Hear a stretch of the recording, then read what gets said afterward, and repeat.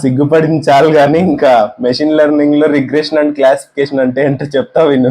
Hi మమ్మ, welcome to day 11 of learning. మనం ఈ వీడియోలో క్లాసిఫికేషన్ అండ్ రిగ్రెషన్ అంటే ఏంటో తెలుసుకుందాం. మనం ఆల్రెడీ వచ్చేసి సూపర్వైజర్ లెర్నింగ్ అంటే లేబుల్ డేటా మీద వర్క్ అయిద్దని చెప్పాముగా.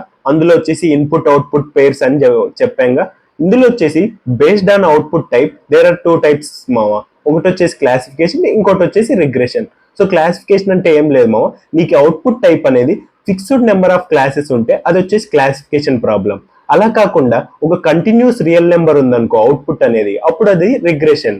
సో ఇప్పుడు నీకు క్లాసిఫికేషన్ కి ఒక ఎగ్జాంపుల్ చెప్తా చూడు మామ. పైన చూడొచ్చు, నీకు మెయిల్ ఉంది. మెయిల్ అనేది స్పామా కాదా డిటెక్ట్ చేస్తున్నావు. సో ఓన్లీ 2 క్లాసెస్ ఉన్నాయి. సో ఇది క్లాసిఫికేషన్ ప్రాబ్లమ్ మామ.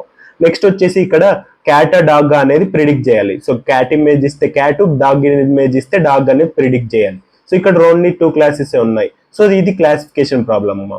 ఇక్కడ చూస్తే హౌస్ డేటా ఉంది. సో హౌస్ సైజ్ ని బట్టి హౌస్ ప్రైస్ ప్రిడిక్ట్ చేయాలి. సో హౌస్ ప్రైస్ ఇక్కడ వచ్చేసి కంటిన్యూస్ రియల్ నెంబర్ మామ, అదే అవుట్పుట్ మనం ప్రిడిక్ట్ చేయాల్సింది. సో అది కంటిన్యూస్ రియల్ నెంబర్ కాబట్టి ఇది వచ్చేసి రిగ్రెషన్ ప్రాబ్లం అయింది. నెక్స్ట్ వచ్చేసి మనము రిగ్రెషన్ లో లీనియర్ రిగ్రెషన్ అల్గారిథం అంటే ఏంటో తెలుసుకుందాం మామ.